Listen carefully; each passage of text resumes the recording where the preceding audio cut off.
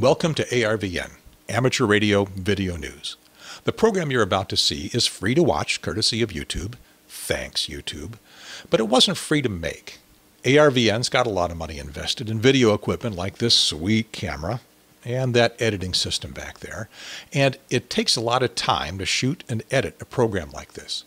So I'm asking you to make a voluntary payment, contribution, whatever you want to call it. Just stop by our website, arvn.tv, and you'll see a link to make that payment, whatever you think the program is worth to you. I guess you could say that this program is brought to you by you. So thanks for watching and enjoy the show. Okay, for our next speaker, Matt Ettus, N2MJI. The topic is practical digital radios and dealing with non-ideal components. Take it away, Matt. Okay, so a couple days ago I gave the full version of this talk at the GNU Radio conference, and it's 3.5 hours it turns out, so this is going to be a highly abridged version. But basically what I'm going to talk about is the difference between what they talk about in the textbooks and the reality of software radios, and what to do when your signals don't look like they do in the textbook. So I'm just going to do a part of the discussion. The full thing, I have a section on measurements, radio architectures, and impairments. I'm going to talk about a few of the measurements, one of the radio architectures, and a few of the impairments. I figure I'll just keep going until somebody pulls out the hook. So I won't worry about time. You just, take me off when we're done. So this is a quote that I found I thought was appropriate for the talk. Essentially, all models are wrong, but some are useful, and hopefully I will be presenting some more useful models for you than you'll typically see.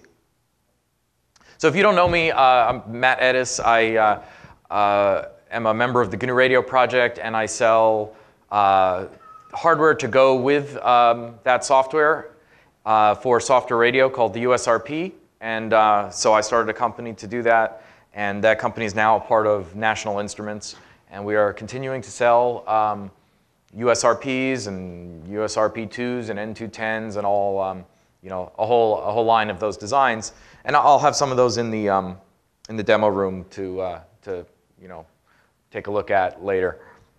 But in any case, first off, we'll do measurements, a little bit of architecture, and then real-world impairments. And in particular, what are they? How do I recognize them? And how do I fix them? And also included, forgot also what I have these impairments. How do they actually affect what I'm trying to do? And we'll mostly just be talking about sine waves here, radio architecture. So these are the impairments. I've divided impairments into three sort of arbitrary categories. You've got the impairments that are independent of hardware, and they're just inherent in radio communication in general for digital signals. I'm not going to talk about the hardware-independent stuff at all. Then we have the stuff that's inherent in any hardware implementation of a radio. And finally, there's stuff that's only a factor in certain hardware architectures for radios. And so I divided them into those categories just to structure things a little. So measurements. So the first thing we're going to do, I see a lot of people look at spectrum analyzer measurements and FFT measurements and really draw incorrect conclusions from them. And so I just want to do a little quick demo using GNU Radio and GNU Radio Companion to sort of, by the way, it's freezing in here. Can somebody do something about that? In any case, yeah, and so we'll do some spectrum analyzer measurements, and we'll talk about what does it really mean when you get an FFT display? What information can you draw from that display, and what can you not? So let's switch over to, so this is GNU Radio Companion. It's a program that's a part of GNU Radio.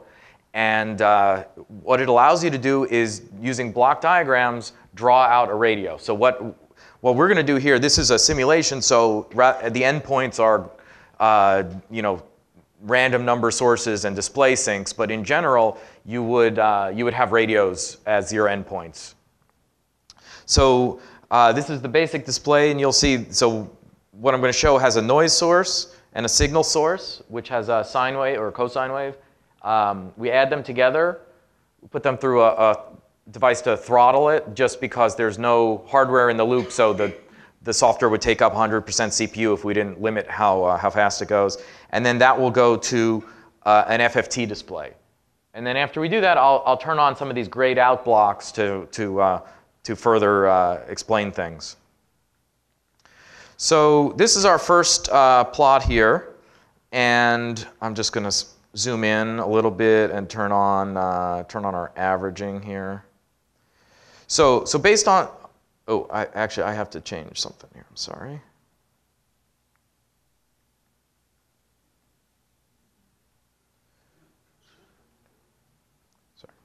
Okay, so this is our spectrum display, and I will turn on averaging. So you can see that the peak goes to 0 dB. Let's call these dBm. It's engineering units, so we'll call those 0 dBm. And if you should be able to see that the noise floor is at the minus 30 dBm point. So what is the signal to noise ratio here? Anybody? It is not 30. What is the resolution bandwidth? That is the right question. So there are actually, the correct question is, it depends on the resolution bandwidth. So you have to know that in order to tell me what the signal to noise ratio is. So the reality is that there are 1,000 bins here in this FFT, and each one of them has an amount of noise that is equal to 30 dB below the signal. Now, if there's 1,000 bins, that's 30 dB bins. They're each at minus 30, so you actually have 0 dB of signal here, of noise. You also have 0 dB of signal, as you can see. So this is actually a signal to noise ratio of 0 dB, or 1, in linear units. So, and if you don't believe that, we can, well, the signal, it fits in one bin. And if you don't believe that, we can turn on our RMS measurement blocks and rerun the application. And so what we have here is, so we take the noise source, in addition to going to this adder and the GUI sync, the noise is going to an RMS measurement block, and that goes into a number sync that will display the number.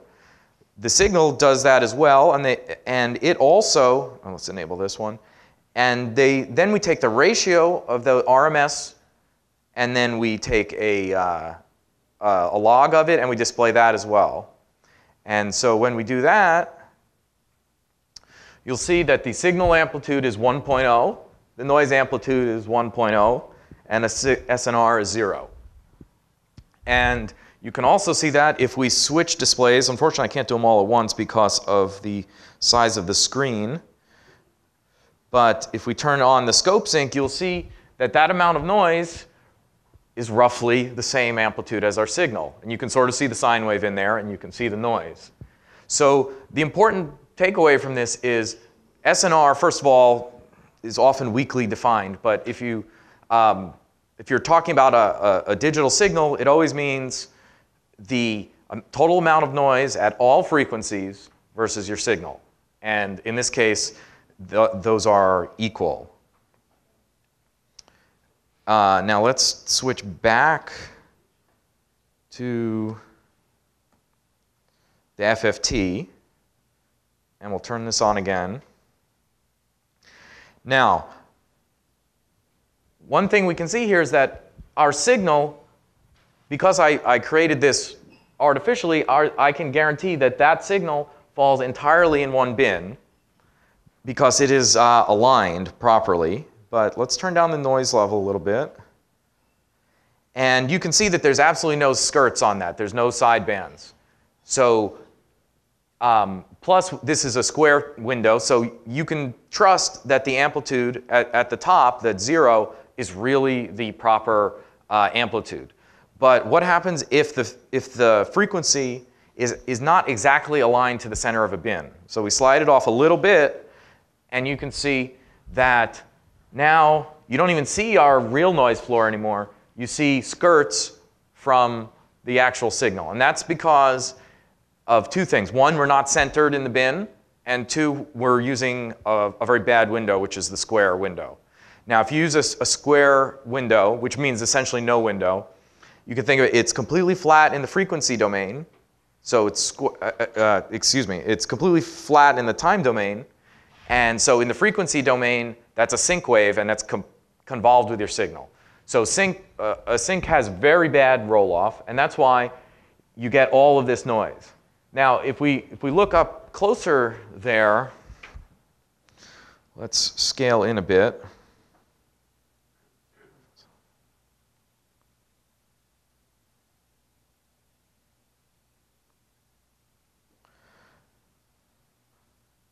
So now you can see that we're no longer at 0. You'll have to trust me, it was at 0 before. And I'll slide this around a little, and you'll see that the signal actually goes up and down as we change our offset. Right? As we're closer and further away from the center of a bin, the signal goes up and down. So let's say you're here, and you say, OK, what's the power in my signal? It looks like it's -4, but it's not. It's actually the same power. So where has that power gone? It's in the other bins, exactly. And so because by Parseval's theorem, the total power of the signal in the time domain has to still be represented in the frequency domain. But now it's just not where you're expecting it. So the correct way to determine the total power is you have to look at the center bin itself plus a few of the bins to the side of it. And how many bins to the side of it is dependent on which window you choose. And so, this is often what people refer to as scalloping loss. I don't like the term loss because it's not really lost, it's just moved. And actually, this is an interesting phenomenon because what's happening is you're taking stuff at one frequency and it's ending up at different frequencies. So this is not a linear time invariant phenomenon, because what's happening is your signal is being modulated by the window. And so it's being modulated so it has sidebands, and it's moved out into the frequencies to the side. So, so again, what you needed to do was determine the power in the signal, you would have to look at several bins to the side. Now, if you use something better than a rectangular window, then let's switch to, let's say, the Blackman-Harris window, which has nice general purpose properties. And let's do the same kind of operation here.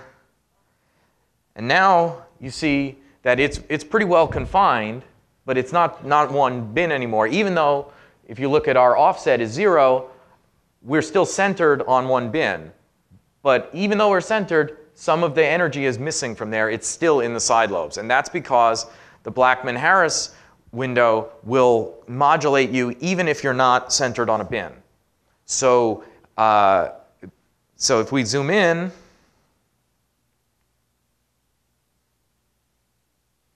you can see that you will still get some scalloping as we slide, but it's only about a dB. And that's because the Blackman-Harris window is not flat. It has a shape to it, so it's narrower in time, which means it's wider in frequency.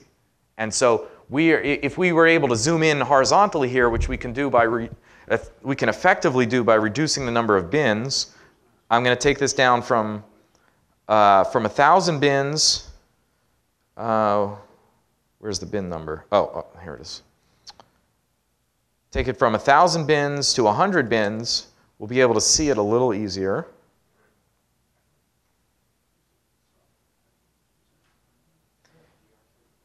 So now as we slide, you can see that it has a little bit of scalloping, but there's roughly 5 bins that have a significant amount of energy in them.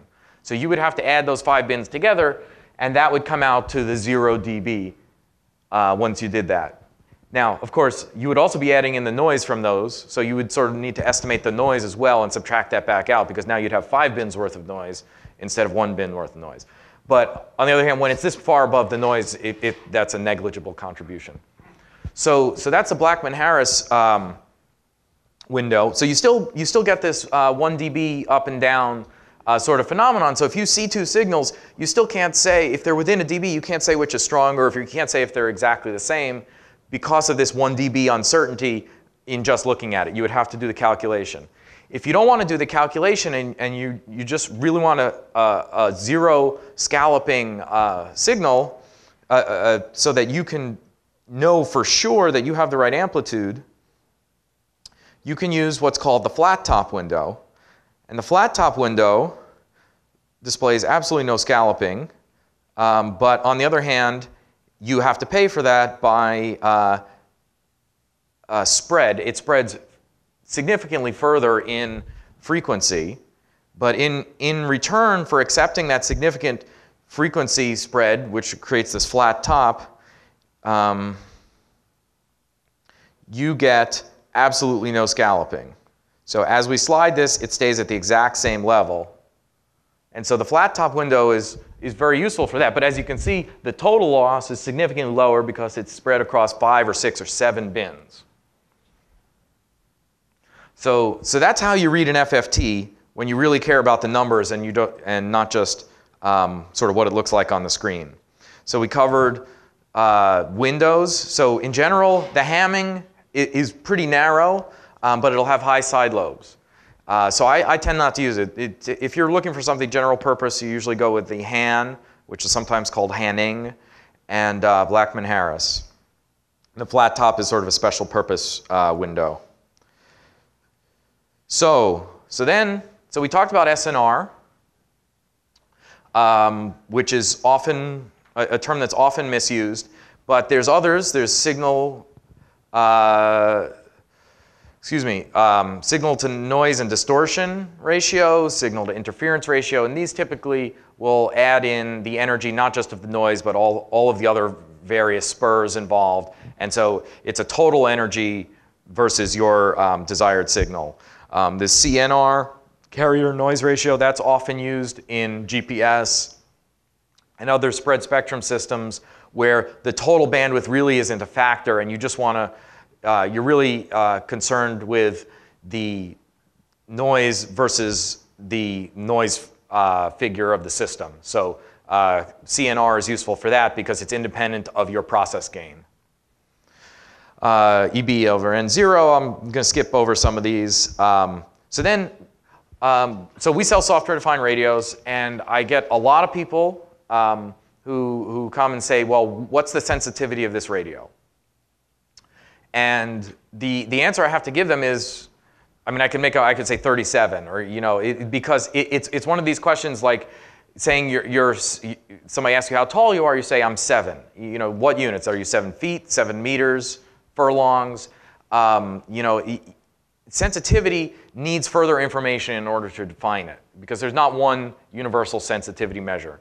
If you're talking about TV, there's a sensitivity in power versus how much for TV, the sensitivity means how much power do I need to receive in order to have a certain picture quality, certain picture signal noise ratio with this amount of multipath. And then if it's 802.11, there's a sensitivity number that means given the 802.11b modulation at this data rate, I can get a 10 to the minus 5 bit error rate. So there is no generic sensitivity measure for a radio unless it is a one protocol, one communication system radio. In any other case, sensitivity is not a useful measurement. So what is a universal figure of measure for a radio? And really the only two universal figures of merit for radio are noise floor, not noise floor, noise figure, which tells you how much noise the system adds, and intercept points and dynamic range. So that will tell you how weak of a signal you can deal with, and that will tell you how strong of a signal you can deal with, and those numbers can be applied no matter what your modulation system is, no matter what the coding is, no matter what performance level you're looking for. That's a universal figure of merit. Okay, so just sort of stepping around and cutting out pieces here from the presentation, but if you have any questions, let me know, because I may have cut out something that makes it clearer. So certainly, let me know if you have any questions while we're doing this. So very often we'll see, this is actually the A to D converter that's used in the USRP N210. And we have a number of these specs here that we just talked about, right? We talked about SNR, we talked about SFDR a little bit, and this is how it's computed. So you really know what it means. So what they've done here is they've applied a 20 megahertz input signal to this A to D converter, which happens to be from Texas Instruments in this case. And the sample rate is, I think, 62.5 megahertz. And so they put a signal in, and they have aligned it to the center of a bin and used a square window so that you can get good numbers here. And you can see, so their first spec, and this is one of the most important specs for an A to D converter, is the spurious free dynamic range. So that tells you where the worst spur is versus full scale. So these units are dB full scale. So if you put a full scale signal in, 0 dB, you can expect to see spurs as high as minus 88 dB. And that will tell you how strong a signal needs to be before you don't have to worry if it's not really there, right? So this could be, if you see some signal that's at minus 92, well, that could be a fake signal, or it could be a spur, it could be some intermod product. But if it's at minus 85, you know that that's a real signal. And that's what they're telling you with this, with spur-free dynamic range. Then there's SINAD, signal to interference and noise ratio. Interference and noise and distortion, yes. Yes, anyway. So that takes that same signal and adds up not only the noise, which you would see in SNR, but it adds in the energy in all of these spurs. So SNR is not quite as useful as SINAD, but in this case, the spurs are weak enough that it's mostly in the noise, and they're only slightly different, a tenth of a dB difference. So SINAD will always be slightly worse than SNR, but hopefully it's close, otherwise you have a lot of powerful spurs in there. And total harmonic distortion is basically they declare some of these spurs to be harmonic and some non-harmonic. And sometimes it's hard to do that because of Nyquist zones and things. But basically they declare that certain ones are harmonics and what's the ratio to the worst harmonic distortion.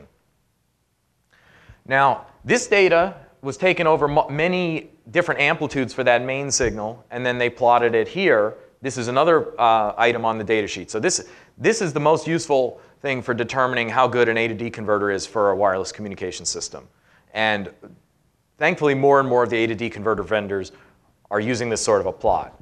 So this tells us that if my input signal, this is in dB full scale, if I put something in at minus 60 dB full scale, I will see spurs that are minus 90 something dB full scale, but versus my signal, they're about minus 38, because my signal is also well below full scale. So as I put in a stronger and stronger signal, I will get better and better distance between my signal and the worst spurs. It's not quite linear because of some various effects. And once my signal is full scale, I get this full scale dynamic range. And when it comes to noise, no matter what amplitude my signal is, it's roughly 80 dB SNR until you get to too high of a signal and you generate a little bit extra noise. And actually, I'm sorry, that's 75, that's on this side. 75 dB SNR until you get to a very strong signal, at which point it starts to generate an additional amount of internal noise. So that's how you read these charts. So everybody should be familiar with the superhead architecture here. An architecture we often use in software radio is called direct conversion, or quadrature baseband, or IQ. There's a million names for it. But we use this in almost all of our products. And are people familiar with direct conversion? I mean, this is used in like the flex radio. Is it? Okay, so I don't need to go into too much detail on that. Okay, so advantages. Why would I use this superhead Direct conversion versus superhet. Well, superhet is often simpler, but you can do wideband a lot easier with a direct conversion because filtering can be easier. You don't have to worry about out-of-band images as much. Direct conversion, you'll have fewer spurs, but they can be a little bit harder to deal with. And you filter in different places. They'll both have RF filtering, but in a superhet radio, you'll have IF filtering, and in a direct conversion, you'll have baseband filtering. And your component matching can be very critical in a direct conversion receiver. So most of these things seem to point against the direct conversion receivers, but the fact that they're so easy to make in an integrated fashion, and they're so good at doing wideband signals, makes up for that. And you can account for and you can fix a number of the imperfections that you get in a hardware implementation through DSP software. And unfortunately, that's a large part of the second half of the talk that we don't have time for today. So I'd like to talk about quantization, and quantization noise, which happens anytime you put an analog signal into an A to D converter. And not to be confused with the time, I'm concerned with the amplitude quantization here, not the time quantization, which we'll typically call discretization. So quantization is inherent in digital systems.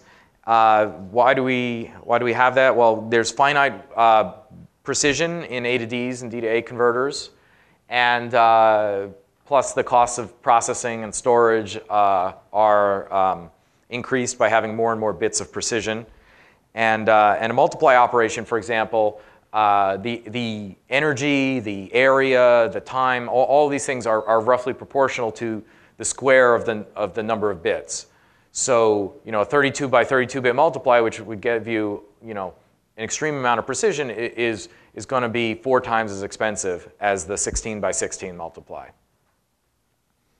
So, and even floating point numbers are quantized. Now clearly they're quantized at a much finer precision than we typically see in other, in let's say a 16-bit audio signal, but there's still quantization there. It's just flexible. So, everybody should be able to see this, but quantization you can look at as this nonlinear transfer function. So, as your analog input were to increase, let's say, your digital output would take steps. And so any analog input in this range would appear as this one step. And so that results in an error. And how we deal with that error and understanding that error is very important in communication systems. So this quantization results in noise, and it's usually modeled as AWGN, or white Gaussian noise, which would be the most benign form of noise. But unfortunately, it's not always white noise, and you need to sort of understand, to properly design systems like this, you need to understand why it might not look white and why it might have these other sort of correlated behaviors. So, so I'm going to do another little demo here of quantization. So hopefully we'll see what we can get on the screen at once here. Oh, we can get most of it. Good.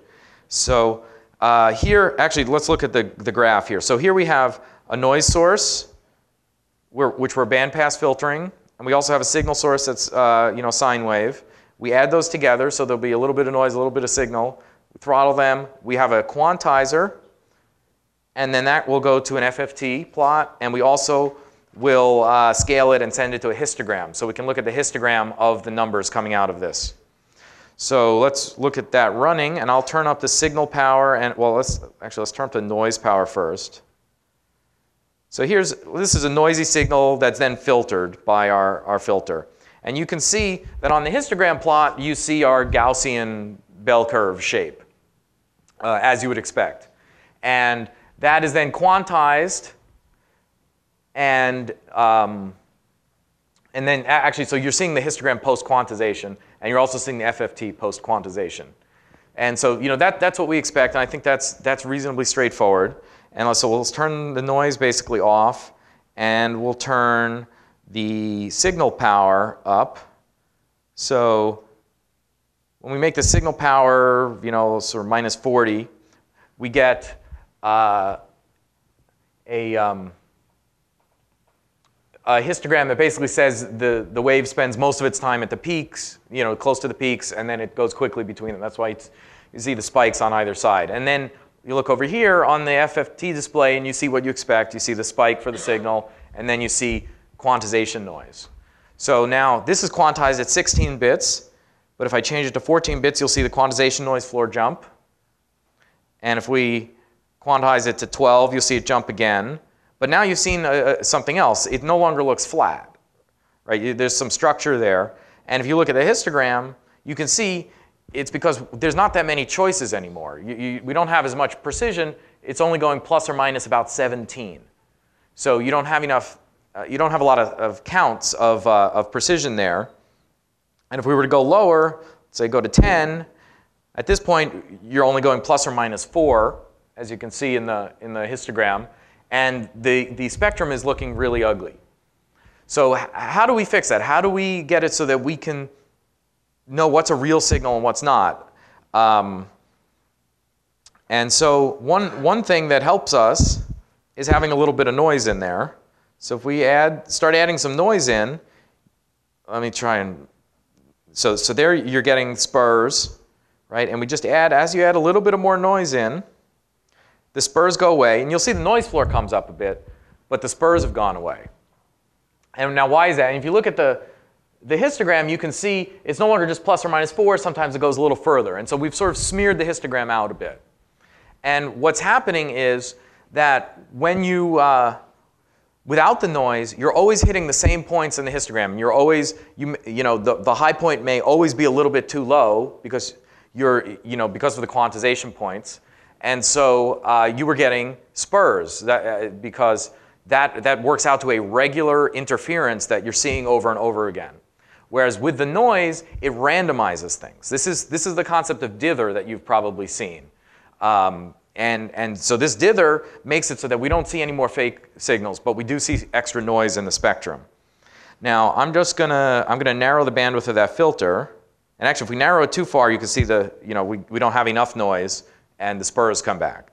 So, but I'm going to widen it again, and the spurs are gone. But now we're going to do a trick that is often used. It's sort of the principle behind sigma delta A to D converters, for example. So we can move the center of that noise away from the signal. And so that noise doesn't need to be in the bandwidth of the signal, and it still functions as dither. And this is often used in high-end spectrum analyzers and things like that. If you're sampling, let's say, this much spectrum that you care about, but you've got a wider bandwidth, you throw in extra noise. You actually add noise into the signal that you can then filter out later on because it gets you better linearity in the band of interest. So that's called dither. Sometimes the dither is also then, if you don't have sort of empty space in the spectrum that you can devote to this extra noise, you can also try sort of in the analog domain add in the noise, and then in the digital domain subtract it back out. But it's usually just easier to filter it, so you move it to a different band. So and it doesn't take much noise. I mean, you can see we can add significant extra noise power, and it doesn't really affect things around our signal of interest. And so this is actually the same principle as the sigma delta A to D converter. I'm going to pull the noise closer. And the sigma delta A to D converter is a 1-bit converter, or 1 or 2, or a small number of bits, which would have an incredible amount of quantization noise. But you're able to get good signal quality because they oversample a lot, and with that extra bandwidth, they throw in an incredible amount of noise there. And so, which is then filtered away once the signal comes to your audio codec, for example.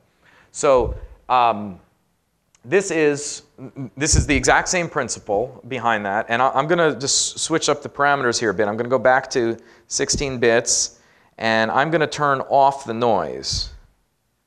Now, if we turn off the noise and we reduce our signal power, eventually our signal power isn't even, so here we're just barely toggling 1 bit.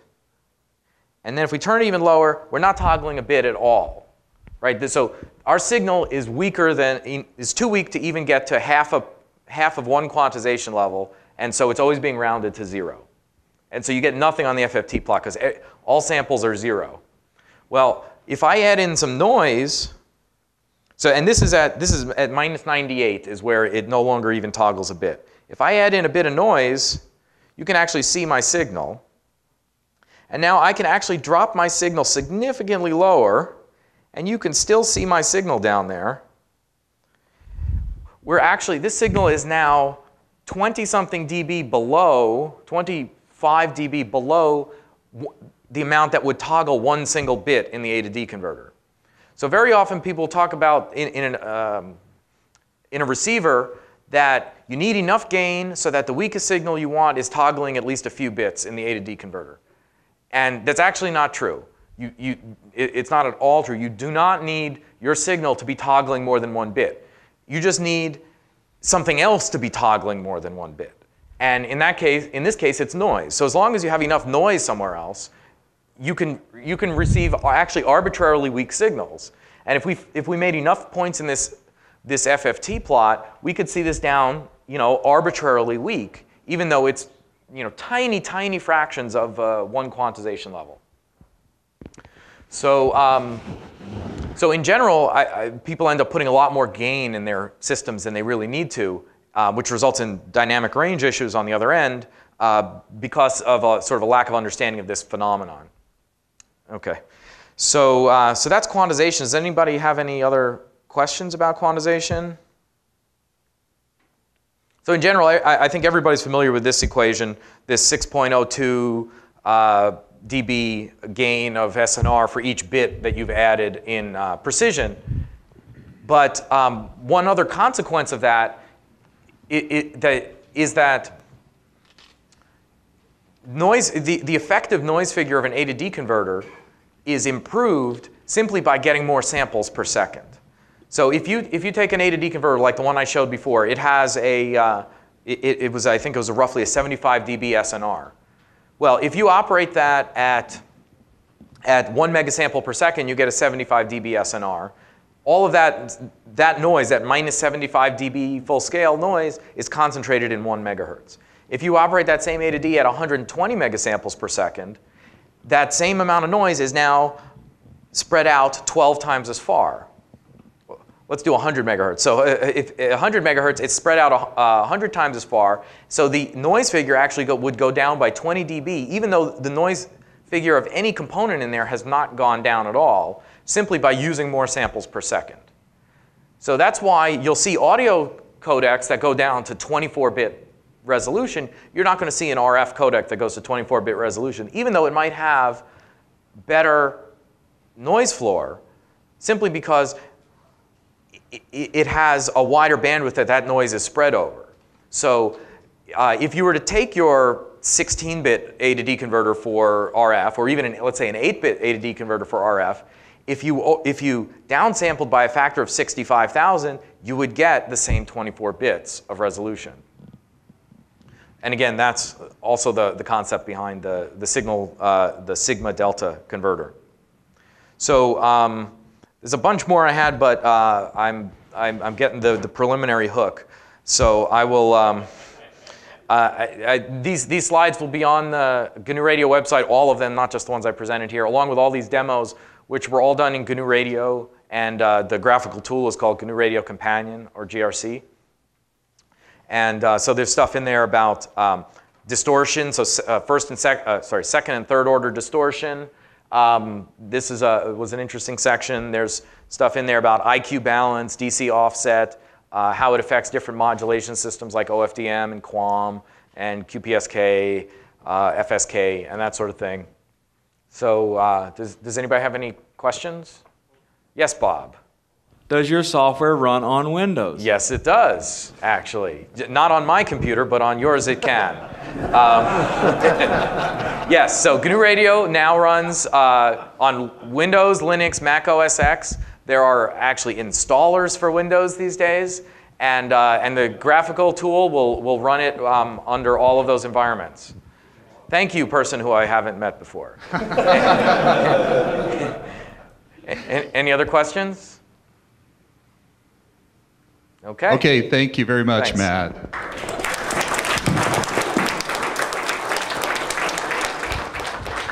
We need to plant more shills in the audience, don't we?